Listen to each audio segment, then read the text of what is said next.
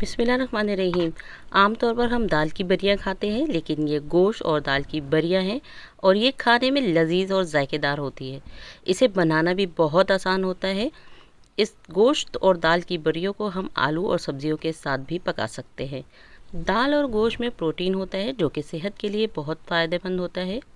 अस्सलाम वालेकुम, tasty food with Salma में आपको खुशामदीद। तो चले मज़ेदार जायकों के जहान में बना रही हूँ गोश्त और दाल की बरियां, जिसके लिए मैंने 500 ग्राम कीमा लिया है। कीमे की जगह आप गोश्त भी ले सकते हैं।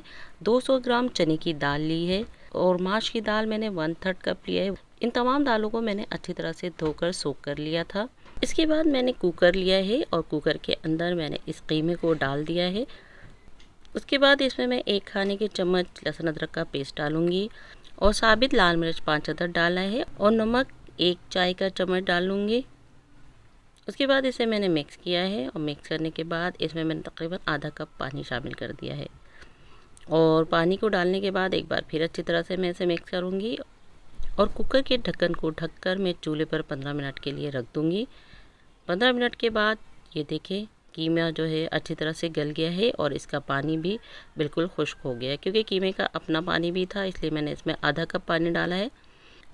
फिर मैं चॉपर में दाल को डालूंगी और इसे मैं पीस लूँगी। सबसे पहले मैं चने की दाल को पीस रही हूँ। आप दाल को खूनी डंडे में भी पीस सकते हैं, ये जिस तरह से आपको आसानी हो आप उसे इस तरह से पीस लें। उसके बाद मैं इसमें कुटी लाल मिर्च 1 चाय का चम्मच डालूँगी, पिसी लाल मिर्च चाय का चम्मच, हल्दी 1 चाय का चम्मच, पिसा धनिया 1 चाय का चम्मच, पिसा ज़ीरा 1 चाय का चम्मच, पिसी काली मिर्च 1 चाय का चम्मच, गरम मसाले का पाउडर 1 खाने का चम्मच और लहसुन अदरक का पेस्ट मैं इसमें 2 खाने का चम्मच डालूंगी।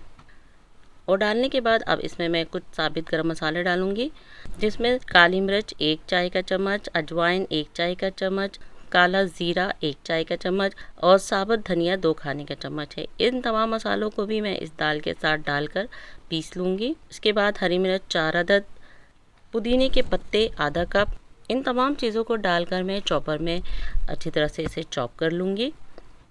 एक बात जहन में रखिए कि दाल बहुत अच्छी तरह से भीगी भी होनी चाहिए, कम से कम 4 से 5 घंटे तक, तभी ये बहुत अच्छा सा पिस जाएगा, क्योंकि इसमें मैंने पानी बिल्कुल भी नहीं डाला है। दाल का अपना मॉइस्चर ही इसके अंदर है। ये देखिए कितना अच्छा सा ये पिस गया है। अब इसे मैं एक बॉल में निकाल लूँगी। बॉल में निकालने के बाद अब मैं कीमा चॉपर में चॉप करूँगी और इसके बाद मैंने इसमें 1 खाने का चम्मच नमक डाला है। ये नमक काफ़ी है, ये तमाम बरियां इसे बन जाएंगी। ये देखें कीमा भी पिस गया है। अब माश की दाल है, इसे भी हमें पीसूंगी। माश की दाल जो है एक अच्छा सा इसके अंदर टेक्सचर देगा, काफ़ी स्मूथ सा बनेगा बरियां, क्योंकि इसमें लेस बहुत ज़्यादा होती है।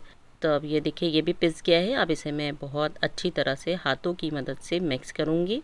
ये देखिए ये बरियां बहुत अच्छी तरह से मिक्स हो गई हैं। अब मैं एक बड़ी थाल लूँगी और उसमें मैंने 1 खाने का चम्मच कुकिंग ऑयल डाला है। कुकिंग ऑयल डालने के बाद से अच्छी तरह से अब मैं फैला लूँगी और हाथों में भी मैंने 1 कतरा कुकिंग ऑयल का लगाया है। अब मैं ये बरियां बनाऊँगी। ये देखिए किस तरह कितनी आसानी से स्मूथली इसको रखा है मैंने और उसको हल्का सा ट्विस्ट कर दें राउंड, तो ये बहुत अच्छी तरह से बन जाएगा। ये देखिए इतनी सारी बरियां मैंने बना ली हैं। अब मैं इन बरियों को एक नेट के कपड़े से ढक दूंगी। ये एक मेरे पास दुपट्टा पड़ा था, फिर मैंने अच्छी तरह से वॉश करके लगाया है। अब मैं इस ट्रे को 1 या 2 दिन के लिए धूप में रख दूंगी ताकि बरियां अच्छी तरह से सूख जाएं। ये देखिए मेरी बरियां कितनी अच्छी तरह से सूख गई हैं और ये तकरीबन 1 दिन में मैंने इसे सुखाया है। आप 1 से ज़्यादा दिन भी रख सकते हैं। उसके बाद मैं इसे एक जार में महफूज कर लूँगी। आप इसे एक बैग में भी महफूज कर सकते हैं। अब तक अगर आपको मेरी वीडियो पसंद आ रही तो मेरी वीडियो को लाइक और चैनल को सब्सक्राइब करके बेल के बटन को टच कर दें, ताकि मेरी तमाम वीडियो आपको वक्त पर मिलती रहे। ये देखिए मैंने बैग में भी बहुत अच्छी तरह से इसे पैक कर लिया है और ये काफ़ी अरसे तक रह सकता है। इस तरह से बैग ना भी हो तो आप नॉर्मल शॉपर में भी रख सकते हैं और रखने के बाद आप इसे रबर बैंड लगा दें इसे, तो ये एयर टाइट ही हो जाता है। ये देखिए हमारी ज़बरदस्त सी बरियां तैयार हो गई हैं। आप इसे आलू किसी सब्ज़ी या खाली भी आप इसे पका सकते हैं। ये बहुत ज़बरदस्त सी बनती है और इसका जायका बहुत शानदार होता है और आप इसे ज़रूर ट्राई करें। अच्छा अब इजाज़त दें, खाएं पिएं और मज़े करें। अपना और अपनों का ख्याल रखें और मुझे दुआओं में याद रखें। अस्सलाम वालेकुम।